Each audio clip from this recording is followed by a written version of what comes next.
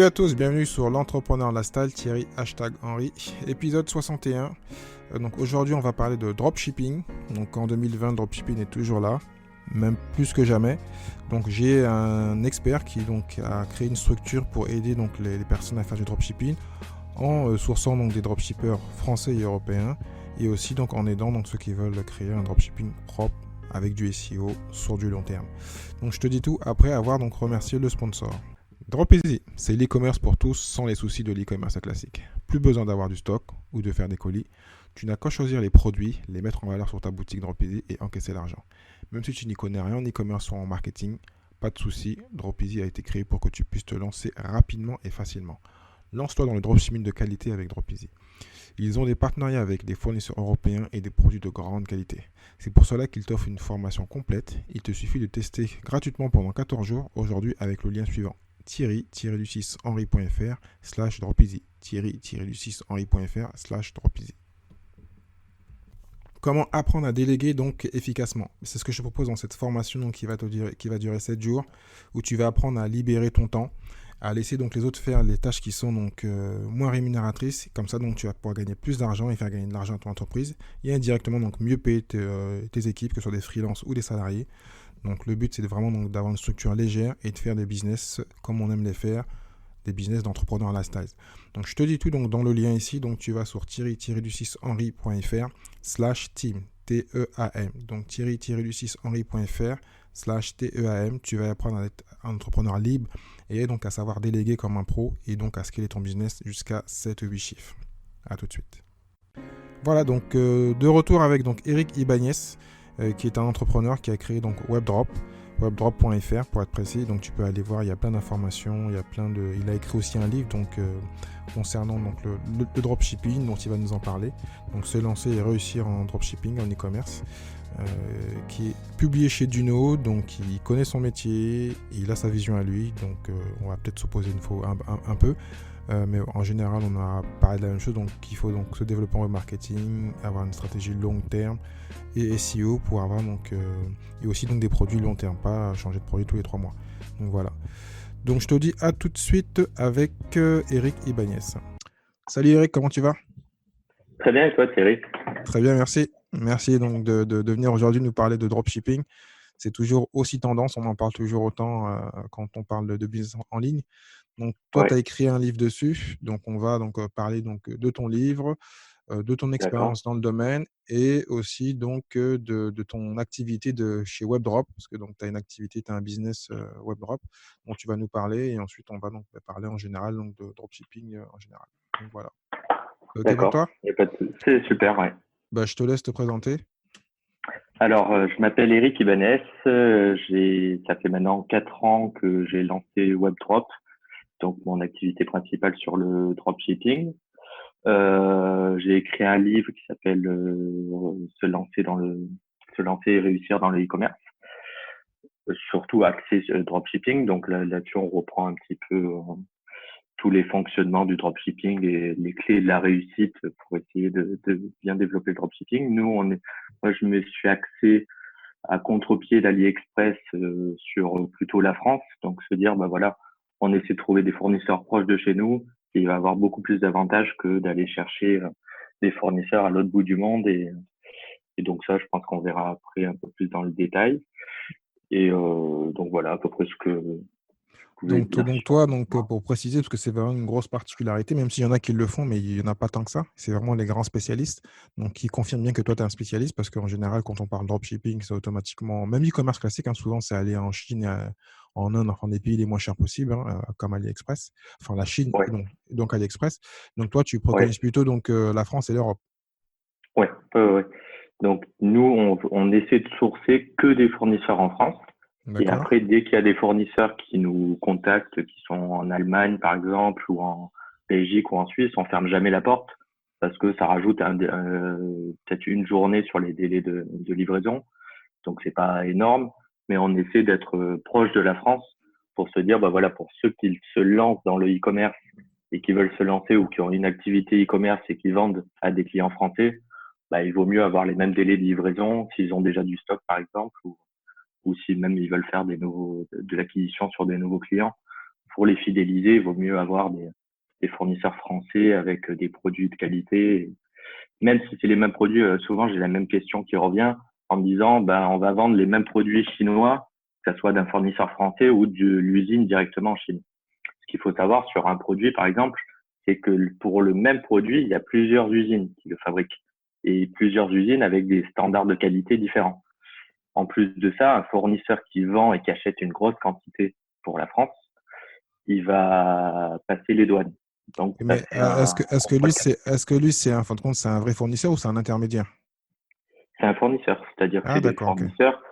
c'est des fournisseurs ou des e-commerçants. Nous, on a un peu des deux. On a même des fabricants qui fabriquent en France. Donc ça, c'est encore plus intéressant parce que on n'a jamais de rupture de stock. Nos clients peuvent commander des quantités chez eux en passant en direct. Donc c'est Donc, là. on règle les problèmes des inconvénients du dropshipping à la base, c'était donc les délais et peut-être ceux qui ont peur de la qualité. Mais est-ce qu'on Oui, est à l'opposé, on n'a pas des problèmes de coût? Il faut vendre du haut de gamme au plus cher parce qu'automatiquement, il faut se retrouver en termes de marge. Parce qu'en plus, oui, à la base du dropshipping, moi qui suis en ligne et qui souvent compare l'affiliation Amazon FBA et autres, c'est le dropshipping qui a moins de marge, même si il est vrai que c'est le business facile d'entrée. Donc, ceux qui veulent se lancer et qui n'ont pas de gros sous, bah, ils peuvent se lancer. Mais ouais.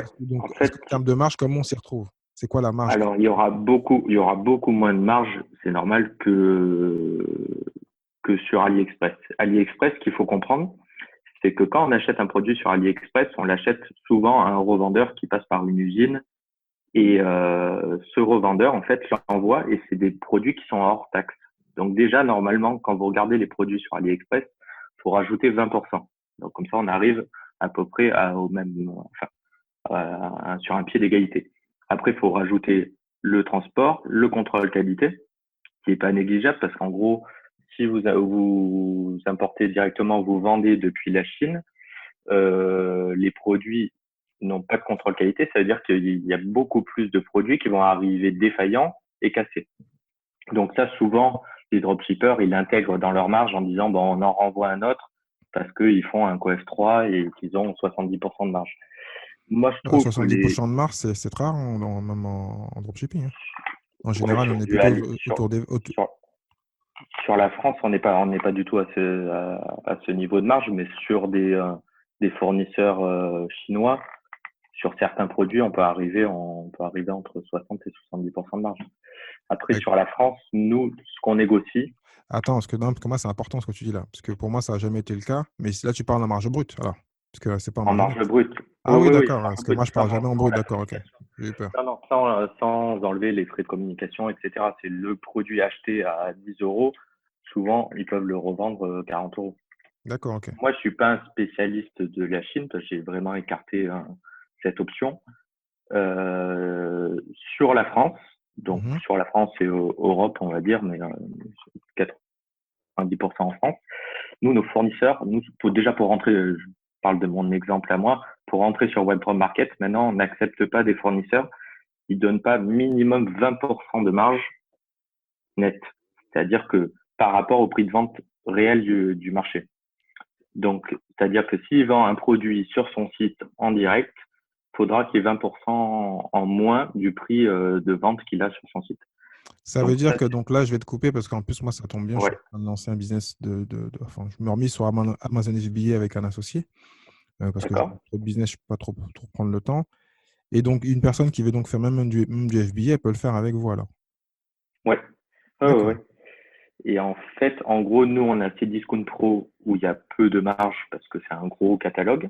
D'accord. Plus on va aller sur des petits fournisseurs, des plus petits catalogues, plus on va arriver à avoir de la marge. Et si on arrive sur des fabricants, ben, on est entre 35 et 40% de marge. Donc, par exemple, on a terminé. Je précise bien, toi, tu parles toujours en brut. Ben là, de toute façon, c'est la marge par rapport au prix d'achat de ton produit. D'accord. Donc, par exemple, ton produit que tu achètes 10 euros, bah, tu pourras le vendre 13,50 € donc avec D'accord, ok. ou 13 ou 14 euros. D'accord. Et donc, du coup, parce qu'en fait, on n'enlève pas après les frais de communication, etc. Ça, Ouais. après, ça dépend de la stratégie de chaque e-commerçant. Mais Mm. si on veut vendre, par exemple, sur les places de marché, faut qu'il y ait minimum 35% de marge parce qu'eux, ils vont prendre 18%. Tout à fait. Donc, du coup, mais bon, s'il n'y a plus rien à faire et qu'il y a juste à passer les commandes chez le fournisseur et que vous gagnez 10 à 12%, bah, franchement, il suffit d'après d'aller sur toutes les places de marché et c'est 10% sûr de gagner. D'accord. Comparé à de l'AdWords où on ne sait pas les coûts et on ne connaît pas selon la qualité des campagnes. Non, sinon, après, on peut faire du PPC sur les plateformes comme Amazon. On peut faire du PPC dessus si on veut booster un petit peu et puis se rattraper Ouais, après quand on a pu augmenter dans le listing, on va dire. Mais bon. Donc, ouais. on va revenir un peu donc, sur parce qu'on va revenir ensuite après donc, sur plus l'offre, parce que là, on en a parlé un petit peu. Donc, Mhm. bah, pour ceux, parce que là, c'est plutôt, même si on a déjà parlé de dropshipping, redonne-nous donc toi la définition du dropshipping, comment tu le vois actuellement pour 2020 et plus, parce que bon, le dropshipping a un peu évolué, donc comment tu le vois et comment toi tu fais évoluer les personnes qui viennent travailler avec toi? Alors, moi, le dropshipping, bah, c'est ce que j'ai un peu dit. Bon, déjà, le dropshipping, je sais pas si on doit redonner une définition du dropshipping, Il y a toujours mais des débutants, donc faut penser à eux. ouais, donc en gros, c'est d'avoir un site e-commerce, donc qu'il soit déjà monté ou que tu montes ton site e-commerce, et d'avoir des produits proposés sur ce site e-commerce qui sont pas en stock chez toi et qui sont en stock directement chez le fournisseur. Le fournisseur va envoyer les produits à ton client final. Ce qu'il faut bien comprendre, c'est se dire, bah déjà, c'est pas facile le dropshipping. Tous ceux qui vendent des formations en disant, dans 2 mois, vous allez gagner 3 000 € par mois, franchement, enfin, pour moi, c'est pas possible. C'est, en gros, pour moi, le dropshipping, c'est d'avoir un service de qualité. Donc déjà de rendre un service à un client. La base du e-commerce, c'est de se dire, ben, il y a un client qui cherche un produit, on va essayer de lui proposer le meilleur produit et de pas l'arnaquer avec un produit qui va arriver à moitié cassé et pas répondre aux mails et après fermer le site ou avoir des mauvais avis qui vont avoir du coup de pas créer une autorité de marque et avoir un site à forte notoriété avec des bons avis, des gens qui sont contents, qui recommandent votre marque. Pour moi, le dropshipping maintenant, c'est plus pour se lancer ou pour accroître ses stocks, mais il faut avoir une vision de se dire, ben, ça va être sur du long terme. Moi, ce que je conseille à tous mes clients, c'est de se dire de voir sur du long terme. Je prends un exemple. Le premier client que vous allez, un client que vous allez acquérir va vous coûter très cher. Donc, que ça soit en temps sur le référencement naturel ou que ça soit en argent sur Facebook ou sur l'AdWords. Parce qu'il y a de plus en plus d'e-commerçants, donc plus de concurrence sur les mots-clés. Et donc, du coup, bah, ça va vous coûter plus cher. Le premier client, quand il fait le premier achat, même si vous gagnez pas d'argent, vous pouvez après le relancer. Et c'est-à-dire qu'une fois qu'il est sur votre base de données, dans votre base de données, à chaque fête pour Noël, pour son anniversaire, pour la fête des pères, les soldes, etc., vous le relancez. Il faut avoir des produits, en fait, qui sont un peu sur de l'achat impulsif. Se dire, bah, par exemple, le domaine de la décoration, c'est pas parce qu'on a acheté une table en mois de décembre que au mois de juin ou de juillet, on n'a pas envie d'acheter un transat pour son jardin. En fait, ce Donc que du tu coup, dis, c'est qu'il faut avoir une stratégie web marketing plus professionnelle et que, en fait, ce que exact. tu dis, parce que moi, j'en connais qui font plus de 3 000 €, même plus de 10 000 € les 3 premiers mois, donc c'est possible, mais après, il faut avoir une vraie stratégie marketing. Mais c'est pas sur du long terme. Il faut avoir un produit qu'on peut vendre de façon récurrente, si possible, et avoir donc de quoi avoir du trafic. Donc, c'est vrai que ceux qui ont une stratégie court terme, ben, eux, ben, ils font un coup, mais après, ben, ils peuvent plus avancer, hein. C'est ça. Et ceux qui ont une vraie stratégie, souvent, qui ont même une stratégie, des fois Amazon FBA ou e-commerce à part, c'est juste une partie complémentaire qu'ils vont développer. Ils vont faire un test en fin de compte produit. Et s'ils voient que ça marche, ils vont développer toute une gamme, toute une marque derrière et donc faire du web marketing, récupérer le mail, leur envoyer des mails et vendre d'autres produits. Exact. Voilà, donc c'est parce qu'il y en a qui vont mal le prendre parce que voilà, il est vrai qu'il Ouais, ouais. Non, y avait un esprit débutant du dropshipping. Maintenant, il faut évoluer. Même dans voilà. l'affiliation du métier, il faut devenir un pro du web marketing, récupérer les mails, revendre des produits, travailler avec les influenceurs, enfin voilà, créer un écosystème et vraiment créer un vrai business. Sur le long terme, Exactement, comme tu voilà. dis, ouais. Ouais, quand je disais, en fait, c'est pas possible d'avoir 3 000 €, c'est que c'est pas possible sur du long terme. C'est possible en montant un site sur 2, 3 mois, en faisant un coup. Et souvent, les sites monoproduits servent à ça. Pour moi, enfin, dans ma vision, un site monoproduit sert à faire un coup. Ça va être une mode. Le site va avoir des mauvais avis au bout d'un moment. On va essayer de bloquer un peu les avis un peu partout, bloquer les commentaires sur les pubs. Les clients mécontents, petit à petit, vont arriver à se faire écouter. Et donc, pour moi, j'ai une vision tout le temps long terme et je me dis, ben, il vaut mieux avoir un business qui met un peu plus de temps à décoller, mais sur du long terme, ça paye. Parce qu'après, sur la revente, on pense juste, souvent les e-commerçants, ils pensent juste à combien ils vont gagner sur le moment T. Après, il faut penser aussi à la revente du site et de se dire un site qui a du trafic, qui a des bonnes évaluations, qui a une notoriété, ça vaut toujours plus cher qu'un site monoproduit qui est bradé après parce qu'il vaut plus rien. Surtout que bon, ça va faire le lien avec une vidéo, un podcast que j'ai dû enregistrer il y a un mois, mais malheureusement, je le sors plus tard, où on parle des sites internet en général et de la revente de sites. Et il est vrai qu'un site qui est basé que sur le SEA, le trafic payant, c'est pas terrible. Il vaut mieux avoir un site qui est Non, basé sur le SEO. Donc, si on a deux, trois produits, on a une vraie gamme, une vraie logique de site et on fait donc du SEO, on a la vraie valeur. On a donc une base email, donc on peut revendre avec le business, et en plus du SEO, du trafic naturel, qui est récurrent, c'est qui ça, vient et pas juste du trafic payant la personne qui va racheter, si elle ne sait pas faire le trafic payant, elle est morte. Donc voilà, c'est ça. vraiment Et une vraie souvent, stratégie classique de web marketing. et après, moi, pour moi, le trafic payant, il est plus, enfin, moi, je le vois même dans ma stratégie WebDrop, je devrais pas le dire, mais moi, dans ma stratégie WebDrop, j'ai très rarement fait de la drop, peut-être au tout début, la toute première année. Mhm. J'ai jamais fait de payant, que ce soit sur les réseaux sociaux, etc. Et là, je lance des campagnes, mais mes campagnes, elles me servent que sur le retargeting. C'est-à-dire que je vais dépenser un peu très ciblé, mais après, tout le reste, c'est que du retargeting et du lookalike, donc les mêmes cibles que j'ai déjà, qui ont déjà visité mon site. Donc, les personnes qui ressemblent aux gens qui visitent mon site, je vais communiquer que sur eux. Et ça, on D'accord, peut l'avoir que quand on a du référencement naturel et qu'on a du SEO. tout à Parce fait. que Et si on, ça revient à ce que tu disais et ce que tout le monde pense, mais bon, je voulais que tu le précises. Pour pas que taper pour les mauvais, on s'occupe pas de tout, on veut vraiment aider ceux qui veulent lancer un vrai business et c'est sur le ça, long ouais. terme, et donc c'est automatiquement faire du SEO. Même si moi, bizarrement, je viens du SEO et je me lance un peu plus vers le payant, mais bon, Ouais, comme j'ai ma base SEO, c'est pas grave. Quand on a une base SEO c'est ça, avec 10, 15, 20 000 visites par mois, le retargeting, comme tu dis, c'est simple. Même un imbécile peut faire du retargeting, il n'y a rien d'extraordinaire. Et tout le ouais, travail sera fait par le pixel. Donc voilà, c'est pas gênant. c'est ça. On Ah va ouais, revenir, c'est on exactement. va avancer un peu parce que donc je Ouais, voulais parler un peu de ce qui va plaire à tout le monde. Alors là, pour une fois, j'ai pas ton avis parce que j'avais déjà ton avis sur le dropshipping, donc je savais qu'on allait un peu ouais. polémiquer. Quel statut juridique pour se lancer? Parce qu'il y a plein de gens qui se posent beaucoup la question et qui savent pas, qui veulent faire l'auto-entreprise, qui veulent une SASU.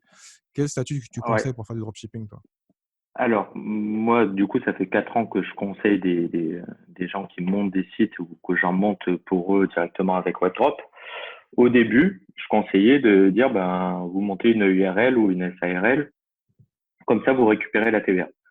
Et après, je me suis dit, mais en fait, non, il y a eu quelques clients qui ont mis du temps à décoller. Et donc, du coup, ils ont dépensé beaucoup d'argent parce qu'en gros, si on monte une entreprise, pas une micro-entreprise. Quand je dis entreprise, c'est une SARL, URL ou une SASU. Il y a des frais de comptabilité, il y a des frais de dépôt greffe, il y a beaucoup de frais en fait Mm. à engendrer et qui sont récurrents. Et du coup, les frais de bilan de fin d'année, le tout, ça représente, je sais pas, la création de la société.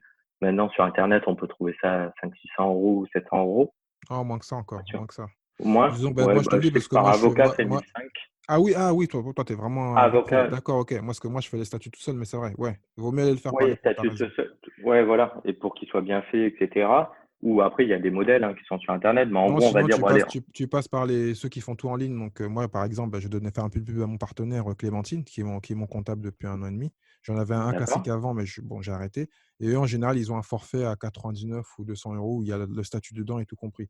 Et la compta va te coûter 99 euros l'année, non, voilà, pas l'année, Par mois. par mois TTC. Donc, voilà, tu as 1000 euros de compta, on va dire. Ça dépend un peu de ton chiffre d'affaires, bien sûr. Mais bon, au début, tu dis que tu vas faire ça Ouais, 3000. Et puis, tu rajoutes, comme tu dis, les statuts. Les frais du greffe, donc ouais, tu peux tourner autour de 1500, c'est vrai. Il y a quand même ouais, voilà. c'est pas Donc, la rien. première année, on va compter 1500 et après, se dire, bah, après, il y a la comptabilité, mais il y a les bilans de fin d'année aussi qui sont à 200, 300 euros. C'est ça, tout à fait. Euh, En gros, on va dire, bah, il y a un billet de 1500 € à sortir par an en ayant une société. Ça, Ce c'est qui, ce qui, ce qui n'est sans pas le énorme. Moi, RSI. moi qui ai créé dans l'ancien avec des franchises et autres, réellement, même s'il y en a qui, bon, tout le monde veut du gratuit, 1 500 € pour Oui. une boîte, c'est que dalle. Même actuellement, le business que je monte à Amazon FBA, parce qu'il faut faire du stock, ben, c'est plus que ça. Je vais sortir environ entre 3 500 et 5 000. Donc, même 1 500, ça reste correct. Si on est Oui, vraiment ça ambitieux, reste correct, qu'on mais veut se si lancer, on c'est se correct. dit, si on se dit, on monte une micro-entreprise, moi maintenant, c'est ce que je conseille, surtout pour les gens qui créent leur site. Ils n'ont pas besoin de récupérer la TVA sur les sites. Il vaut mieux monter une micro-entreprise, essayer de lancer l'activité. Mhm. Surtout si on voit sur du long terme, le SEO, on sait très bien, toi et moi, que le mec, il va pas arriver à 1000 visites du jour au lendemain.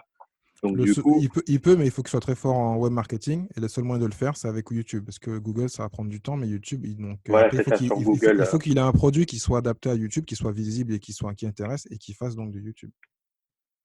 Et donc, du coup, voilà, ça va prendre du temps. Donc, moi, je conseille micro-entreprise au début, le temps de générer un peu de chiffre d'affaires.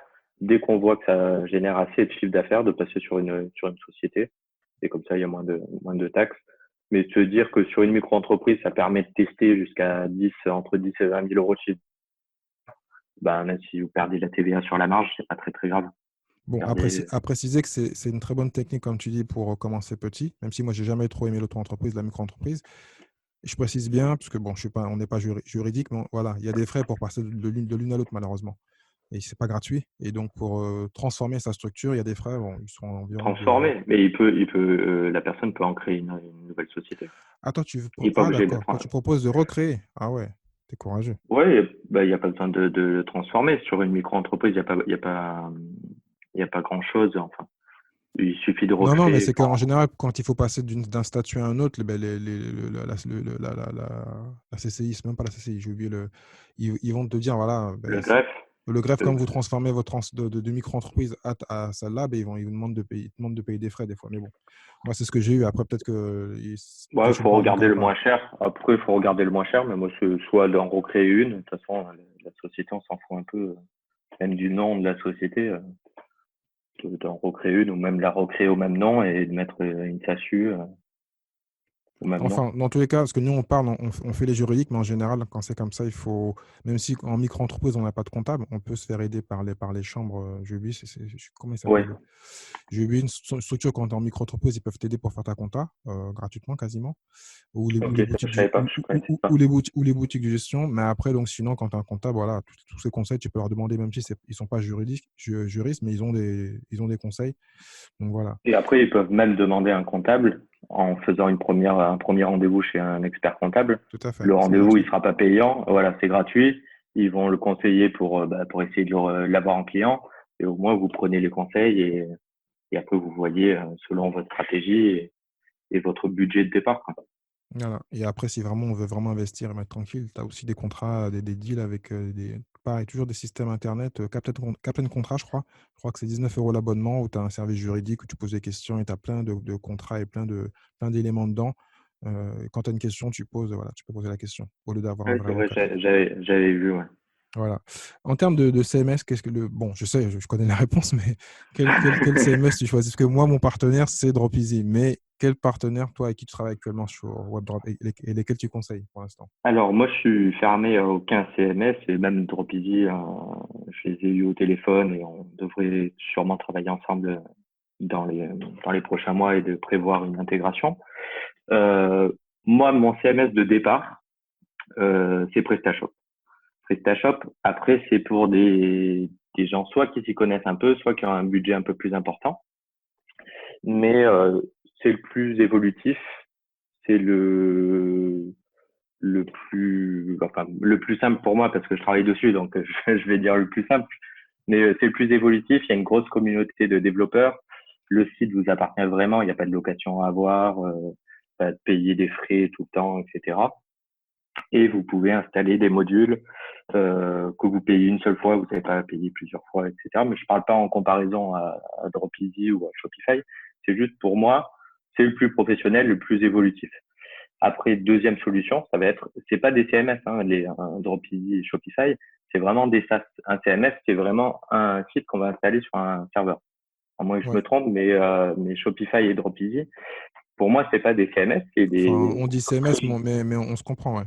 C'est... Ouais, ouais. c'est Chez ça. les développeurs, ça sera pas un CMS, quoi. Le Hmm. CMS, ça va être Magento, Drupal, etc.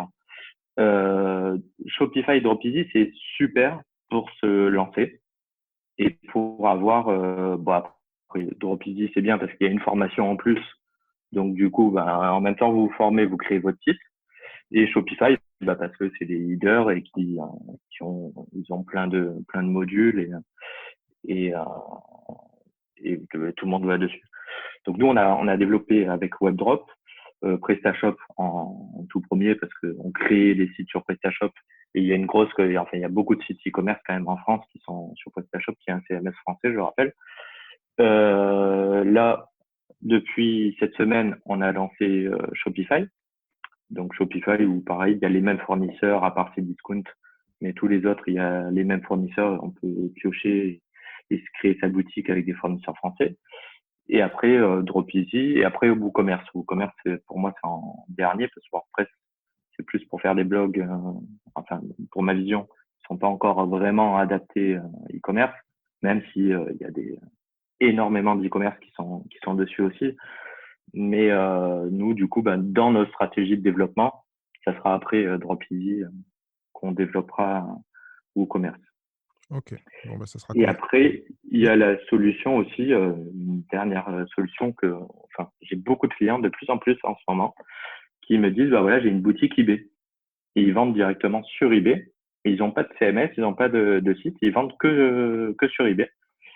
Donc, du coup, bah, quand on voit qu'il y a beaucoup de demandes, on s'est dit, bah, on va peut-être monter un connecteur qui va permettre de choisir ses produits et de les vendre directement sur eBay. Donc ça, on est en train d'y réfléchir. On n'est pas encore en phase de développement, mais Tout le monde pensait qu'eBay était mort et comme quoi ils sont toujours là. ouais, ils sont toujours là. Ils font beaucoup de chiffres et les commerçants, les revendeurs gagnent pas mal d'argent dessus. D'accord.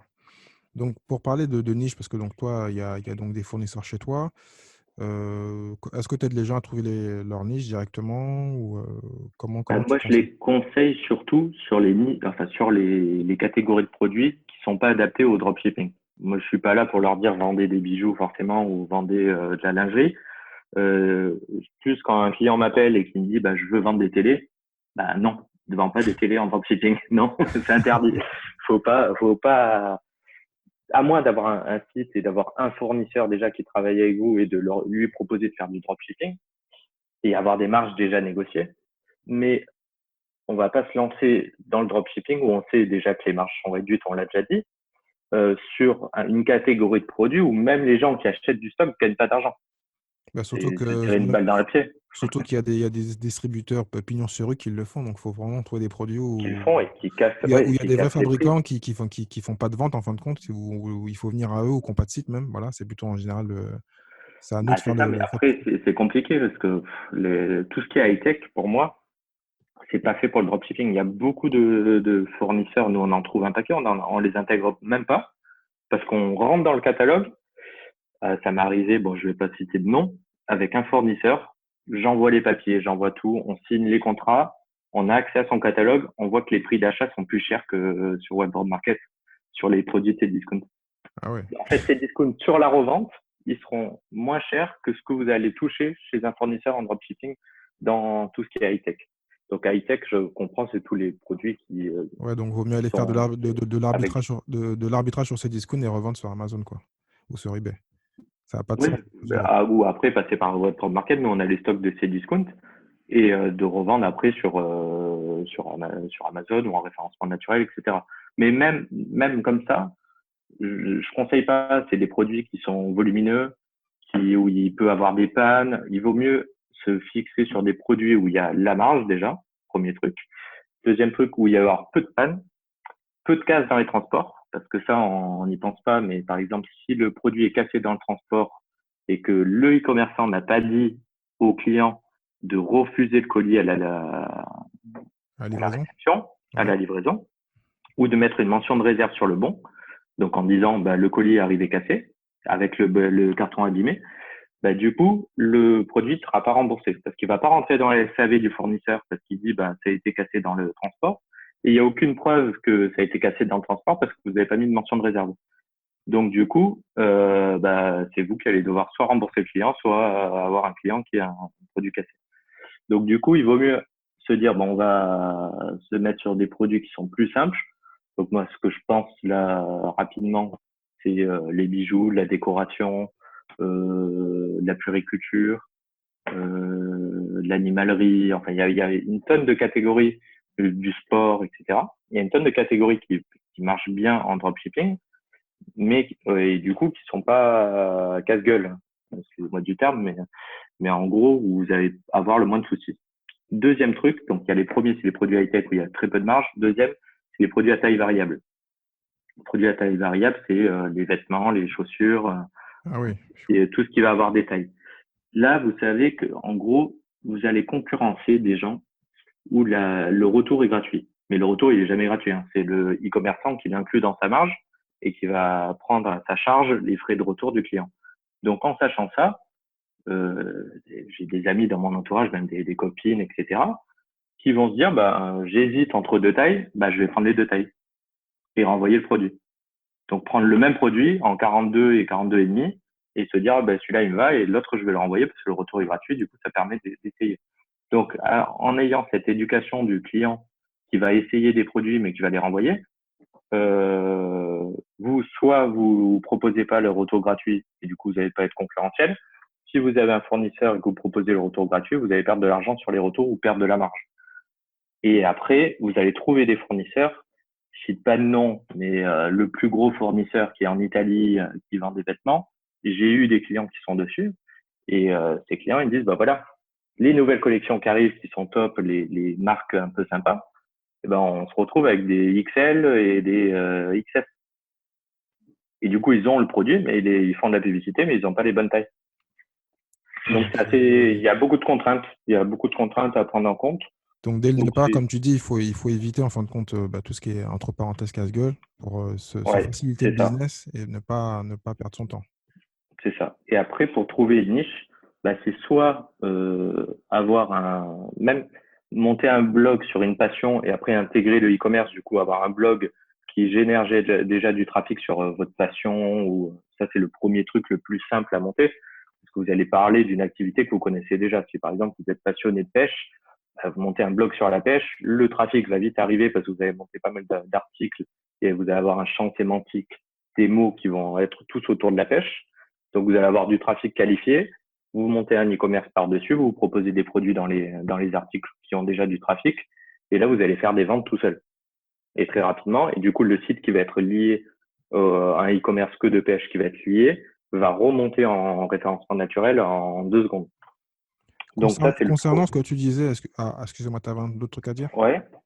Ouais, ça, c'est le plus simple. Et après, sinon, il faut trouver, un peu comme tout le monde fait, trouver euh, des produits à forte demande. Et moi, ce que je conseille, c'est des produits à forte fréquence. En plus d'avoir de la demande, c'est d'avoir des fréquences d'achat. Donc tout ce qui est Voilà. plutôt récurrence qu'on commande tous les mois ou toutes les semaines même. Ouais, quand même pas toutes les semaines, mais au moins que le client que vous avez eu l'acquisition, on en a parlé tout à l'heure, qui vous a coûté cher, que vous puissiez le relancer dans 2 ou 3 mois ou dans 6 mois et qu'il ait envie de repasser une commande. Et comme ça, là, vous avez 100% de marge en envoyant juste un mail. Le mec, il vient, il achète. Je pense à, je sais pas, j'ai déjà dit la décoration, par exemple, ou du sport, ou après la puriculture, c'est un peu plus compliqué parce que sur une petite période, à moins d'avoir plusieurs enfants d'affilée. Sinon, après sur l'animalerie, c'est des achats coup de cœur, hein, souvent, hein. C'est de dire, soit la laisse, elle a cassé, ou une nouvelle gamelle, des trucs comme ça, ou sinon, ça va être des jouets ou des croquettes. Des croquettes, il y a une fréquence d'achat qui est hyper réduite, quoi. Ouais, donc je vois très bien. Ouais, donc il faut, tout ça, vous donner un peu de coup de main. Dans tous les cas, tu as donné les conseils. Je voulais revenir un Ouais. peu sur eBay, sur les plateformes. Est-ce que donc tu as des intégrations, tu as déjà des deals qui sont en cours avec Amazon, Facebook et Insta? Parce que je sais qu'Insta Non. a fait maintenant, on peut vendre sur Insta. Il y a les boutiques Facebook et Amazon. Donc ça, c'est pas encore fait. Ou c'est pas prévu Non, même. ça, nous, on le prévoit pas. Le seul truc qu'on a prévu, c'est de se dire, enfin, on est encore en réflexion et on commence à peine à y penser, se dire, on va envoyer directement les produits sur un compte vendeur sur une place de marché. Ça évite pour des gens qui veulent se lancer et tester ou qui n'ont pas envie de se former au SEO. Il y en a peut-être aussi qui veulent pas se former et se dire, j'ai juste envie de conseiller des clients, répondre à des questions et faire de la vente et gagner de l'argent sur des places de marché. Et du coup, payer la commission, mais ne rien avoir à faire. Donc là-dessus, on enverrait directement les produits en direct sur les places de marché. Mais après, d'envoyer sur les réseaux sociaux, etc., nous, on n'est pas spécialisé là-dedans. Bah, c'est pas en fin de compte les réseaux sociaux, c'est les boutiques ceux qui ont les boutiques sur Facebook ou les boutiques sur Ouais, Instagram. ouais, j'ai compris. Mais Voilà, nous, là, pour l'instant, c'est un gros chantier, ça, et c'est pas encore fait, ouais. on le fera pas. Je pense pas qu'on le fasse parce que souvent, il vaut mieux quand même avoir un petit e-commerce à côté. Et après, il y a des connecteurs, hein. Il y a des connecteurs des gens qui développent des modules, que ce soit sur PrestaShop, je pense sur Shopify et peut-être Dropeasy, ils doivent y penser aussi, de se dire, peut-être on peut mettre des connecteurs. Donc, du coup, nous, on préfère faire confiance soit aux développeurs pour les CMS, soit aux solutions comme Shopify et Dropeasy, se dire, eux, ils vont avoir le connecteur et nous, on a juste à connecter nos fournisseurs avec. Et comme ça, nous, on se concentre que sur la recherche de fournisseurs, d'aller négocier, d'avoir des bonnes conditions, des délais de rétractation, etc., quoi. Est-ce que vous faites de la revente de sites ou sinon des gens qui ont travaillé avec vous, qui ont déjà des fournisseurs, qui ont déjà un business, reviennent vers vous pour trouver des clients, des gens pour acheter? Ben, on a de temps en temps des fois des gens qui veulent changer d'activité, qui ont un site, ils ont commencé à y travailler dessus et commencé à avoir des ventes, etc. et qui changent d'activité, soit parce qu'ils n'ont plus le temps ou Et qui donc, veulent et donc toi, lancer tu conseilles un pour nouveau. un débutant de passer par un rachat de site des fois ou c'est intéressant ou pas pour toi? Pour un débutant, pas forcément, ça dépend. Ça dépend du budget en fait. Parce que pour moi, pour un débutant déjà, c'est de se dire, il faut avoir un site, mais il faut se former au e-commerce en général, que ce soit du dropshipping ou pas, ça reste du e-commerce. Donc, il faut se former à tous les leviers d'acquisition du e-commerce. Et donc, pour un débutant, d'avoir un gros site déjà qui fonctionne, je le conseille pas parce que ça peut être casse-gueule. Moi, je préfère commencer petit, mais ça, c'est ma vision. Hein, c'est Non, non, mais pas je te forcément. confirme parce que, comme je t'ai dit, j'ai fait un épisode sur le rachat de site. Donc, ceux qui sont intéressés, je mettrai un lien. Et on parle de ça. Et c'est vrai qu'en général, il vaut mieux apprendre son SEO de son côté ou acheter un tout petit site pour vraiment se casser un peu la gueule dessus, mais pas C'est trop ça. cher. Mais il faut vraiment, vaut mieux avoir des bases de minimum de SEO et pas de développement, mais de WordPress, on va dire, ou de CMS pour pouvoir comprendre ce Ouais. qui se passe. Sinon, voilà, on va se faire avoir. C'est ça. Et là, on peut perdre pas mal d'argent, quoi. Mm. Selon les sites, enfin, ça peut vite monter. Et après, des sites sur le dropshipping, des sites qui sont déjà lancés et qui sont rentables avec du SEO, etc. Après, moi, je suis pas trop la cible parce que je vais pas aller chercher des sites comme ça, mais j'en vois pas beaucoup. D'accord. Donc, souvent, les mecs qui commencent avec du dropshipping commencent à gagner pas mal d'argent et monter en trafic. Soit ils embauchent, soit ils le gardent et ils mettent un alternant dedans qui forme et que du coup, il va continuer à travailler dessus et leur apporter de l'argent. C'est plus ma vision des choses. En général, il faut J'en mettre ai- une assistante ou un assistant virtuel qu'on forme bien et qui va faire toutes les tâches de répondre aux problèmes, hein. Parce que, comme tu dis, le vrai problème du Ouais, dropshipping, c'est que souvent, il y a des retours, des gens qui ne sont pas contents, donc il faut leur répondre. Et si on leur c'est ça. répond, après, ils sont contents, comme tout business, hein. Il faut juste bien répondre rapidement et puis après, c'est parti, ça va continuer. C'est ça. Et plus une personne qui s'occupe du web marketing. Et si on n'a plus envie de s'en occuper, Voilà. souvent, Surtout ils vont qu'on mieux faire est. ça et continuer à gagner de l'argent, quoi. Ou sinon, créer d'autres sites, voilà. Créer vraiment un écosystème de sites et faire du business comme ça. C'est ça, ouais. Est-ce que donc tu aurais d'autres choses à dire sur WebDrop? Est-ce que tu as d'autres services que tu proposes qu'on n'a pas parlé? D'autres conseils que tu voudrais donner aux personnes qui veulent se lancer en dropshipping avant que je te pose les questions que je pose à tous mes entrepreneurs? D'autres conseils, déjà pour récapituler un peu ce qu'on a dit, trouver le bon fournisseur. Enfin, je dis pas ça pour passer par WebDrop Market ni rien. Trouver déjà le bon fournisseur une fois qu'on a l'idée du produit qu'on veut vendre. Trouver des fournisseurs. Quand je dis bon fournisseur, c'est pas forcément des prix d'achat divisé par 10. Hein. C'est de trouver des fournisseurs qui vont jouer le jeu, qui vont avoir des délais de rétractation, qui vont envoyer des produits en temps et en heure, d'envoyer le suivi, etc. Une fois qu'on a ça, après de se dire sur quel CMS on va le mettre. Est-ce qu'on va plutôt le mettre sur un PrestaShop parce que vous avez envie de vous former ou si vous avez envie d'avoir un Shopify et que ça aille plus vite et de pouvoir lancer plus vite son activité.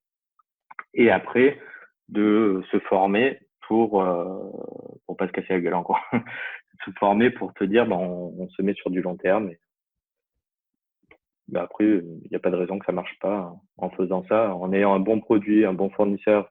Et si vous êtes formé en faisant du référencement naturel, c'est toutes les bases du e-commerce ou du commerce même en général. Et Et comme tu dis, il n'y a pas de raison que ça marche pas. en rajoutant le retargeting, parce que c'est vrai que c'est la partie du trafic payant, mais qui n'est pas compliqué à gérer, on va dire. Il faut juste mettre le Ouais, pixel. retargeting. Et après, il y a tout ce qui est mail, les séquençages de mails et La base du web marketing, quoi. ouais, Construire sa toutes les liste. bases ouais, voilà, c'est exactement ça. Toutes les bases du web marketing. Si vous les avez pas et que vous vous rendez compte que ça vous saoule un peu en lisant les blogs, ne vous lancez pas dans l'e-commerce, vous n'allez pas y arriver. Ou sinon, spécialisez-vous peut-être sur du e-commerce avec Facebook, comme il y en a plein qui le font. Mais ne lancez pas un gros site si vous vous intéressez pas au web marketing, je conseille pas. Et même des gens qui sont pas à l'aise avec ça, avec toutes les notions, qui n'ont pas envie d'apprendre, il vaut mieux pas qu'ils se lancent en se disant, je vais monter un site e-commerce, je vais juste faire 2, 3 pubs et gagner de l'argent. Ou sinon, il faut avoir C'est un les peu finances. compliqué. Après, la seule solution, parce que moi, c'est ce que je fais actuellement, la seule solution, c'est avoir les finances et aller prendre des gens à Madagascar et qui ont les compétences. Donc, il faut trouver des gens qui ont les compétences ou les former. Ouais. Mais si vous pouvez si vous savez pas, vous pouvez pas les former, mais trouver les compétences et trouver un ou deux assistants qui vont faire le travail pour vous. Puis vous faites autre chose. Mais voilà. Aussi, ouais. Bon, après, il y a Mais il faut avoir Madagascar. les finances. En général, ceux qui font du drop, souvent, n'ont pas les finances. Ils veulent commencer à se lancer et ils n'ont pas de grosses finances. Donc, bon, c'est pas vraiment une option. Après, même, de toute façon, même en passant par des prestataires, il vaut mieux savoir le faire aussi pour pas se faire arnaquer, pour vérifier ce qu'ils ont fait. Tout à fait. On en revient sur la même chose. Il faut toujours connaître Ouais, un ouais, minimum. donc du coup, faut s'y intéresser. Si on s'y intéresse pas, il vaut mieux pas se lancer et vous perdrez pas d'argent et pas de temps. Et sinon, il y a Et, d'autres business en ligne c'est ça. Il y a d'autres internationaux. business après où il n'y a pas besoin de connaître le web marketing pour gagner de l'argent. Et ça sera plus simple pour vous. Donc, je mettrai tous les liens dans le show note pour que les gens aillent voir. Donc, ton livre, je vais le reprendre. Donc, c'est Se lancer et réussir en e-commerce, c'est ça? En dropshipping? Ouais, en e-commerce, en fait, c'est dropshipping, comment réussir dans l'e-commerce, quoi, en gros. Publié chez Duno. C'est Donc, du ouais. ensuite, on est donc chez webdrop.fr. Ouais, On webdrop.fr, là, a. ça va être toute la présentation des sites et du dropshipping. Et on a un blog où on donne pas mal de conseils et pas forcément que sur du dropshipping, même sur le e-commerce et sur là, le dernier article qu'on va poster, c'est sur les pixels, par exemple, de Facebook. Comment créer D'accord. un pixel et à quoi ils servent et une définition. Donc, Donc comme on voilà, parlait de ça, si les gens veulent se former, allez sur le site, prendre le maximum d'informations. voilà. Voilà. Donc, bon, Et bah, moi, après, il y a Webdrop Market où il y a là-dessus, là où il y a tous les produits, les différents fournisseurs, les prix d'achat, si les clients, enfin, donc s'ils créent un compte, ils plus de peuvent avoir 200 000 accès. références, c'est ça? Ouais. Et Ok. on a, je sais plus, 6 ou 7 fournisseurs. On essaie d'en intégrer au moins 2 ou 3 par mois de nouveaux fournisseurs français. Donc, encore, s'il y en a un fournisseur qui écoute, on ne sait jamais. Pas Ouais, hésiter à te contacter et à s'inscrire chez toi. tout à fait, ouais. Ou Et s'il je y en vous a qui en contacte. ont, qui veulent le donner, français ou européen, il n'y a pas que français, tu m'as dit. Ouais. En fait, on est ouvert à tous les fournisseurs. Là, on est en train de réfléchir à intégrer un fournisseur en Pologne. Ah, intéressant ça. Bon, bah, tu nous en reparleras. Donc, bientôt, Ouais, on l'a dit, mais indirectement, donc, il y avait donc PrestaShop et chez Shopify, bientôt Dropeasy, pour ceux qui veulent donc passer par Dropeasy. Donc, ouais, je me passe aux 5 questions que je pose à tous mes entrepreneurs, même si la question elle est un peu bizarre. d'accord. La première, c'est toujours la même. Quel est le business dont tu rêves à part celui que tu fais actuellement? À part Webdrop, parce que tu avais un business que tu rêves de créer, tu n'as toujours pas créé. Moi, enfin, en mettant à part le e-commerce, je suis passionné de cuisine, en fait. J'adore cuisiner, j'adore manger. Et D'accord. donc, du coup, ça me fait toujours rêver quand je regarde, par exemple, des Capitales ou des émissions où les mecs, par exemple, le mec qui a monté Nebab, là, Mhm. de se dire, on peut monter une franchise de restauration, un truc qui me plaît, où il y a de la rigueur, etc. Donc, peut-être si j'avais pas été dans le e-commerce, même si ça m'empêche pas d'être dans le e-commerce, de faire une autre activité après, me dire peut-être soit monter des restos, peut-être pas un resto vraiment compliqué, mais monter des petits snacks, soit de crêperie, des trucs comme ça m'intéresse. Alors Et peut-être avec que la quand tu auras revendu formation. WebDrop, quand tu auras fait une grosse exit à 10 ou 20 millions, tu pourras te lancer dans autre chose après, tu verras. Ou tu vas financer des startups dans la restauration. Ah oui, après, l'autre boulot que je rêverais, c'est d'avoir un incubateur privé, un startup studio, quoi. Monter plein de startups différentes et avoir des jeunes qui arrivent, qui me pitchent une idée et je dis, bah voilà, ça peut être intéressant de le développer et pas forcément que dans l'e-commerce, hein, dans toute activité digitale, quoi. On est deux.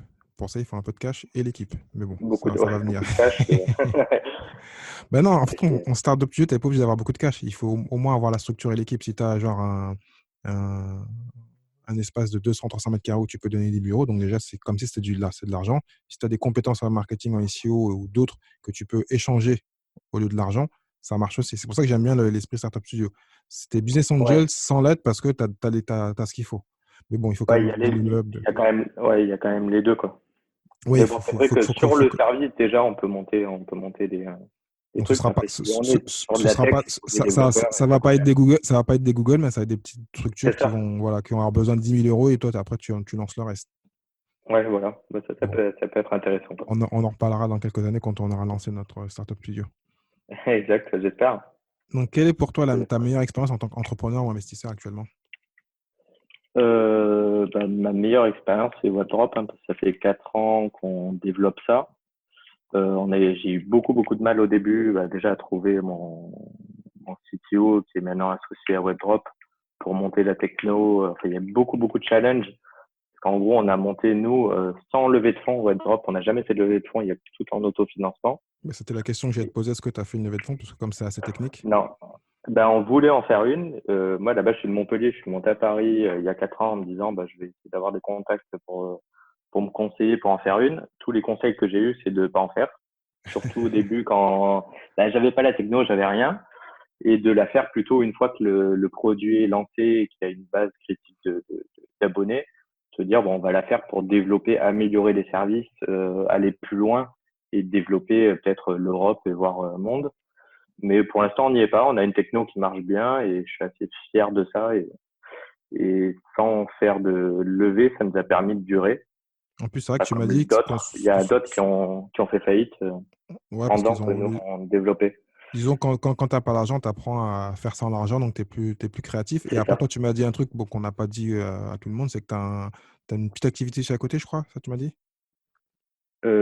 D'activité à côté, non. Il semblait que tu avais un autre petit business. Ah, je croyais, bon, tu vois. Non, non, après, moi, je monte même enfin, j'ai envie de monter des e-commerce en plus. De conseiller, en fait, de monter des e-commerce, d'aller chercher des fournisseurs, etc. Bah, je me retrouve avec des fournisseurs, je me dis, putain, j'ai envie de monter un e-commerce moi aussi là-dessus et gagner de l'argent, parce que je vois les autres gagner de l'argent, et je me dis, bah, merde. Donc, du coup, là, en activité parallèle, mais ça va être plus en perso, ce sera toujours Ah, c'est dans pas encore WebDrop, fait, c'est en cours, c'est de d'accord.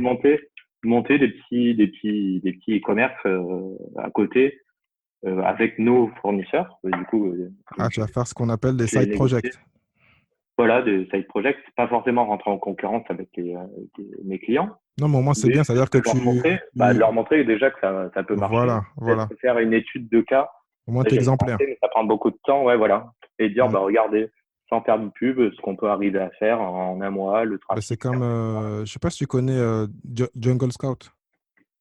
non, je C'est connais un pas. logiciel pour Amazon pour trouver des produits. Hier, j'écoutais un podcast avec le patron de Jungle Scout qui a créé le logiciel, qui a 30 ou 40 personnes dans son équipe. Mais lui, en fin de compte, il fait le Ok, tour du monde.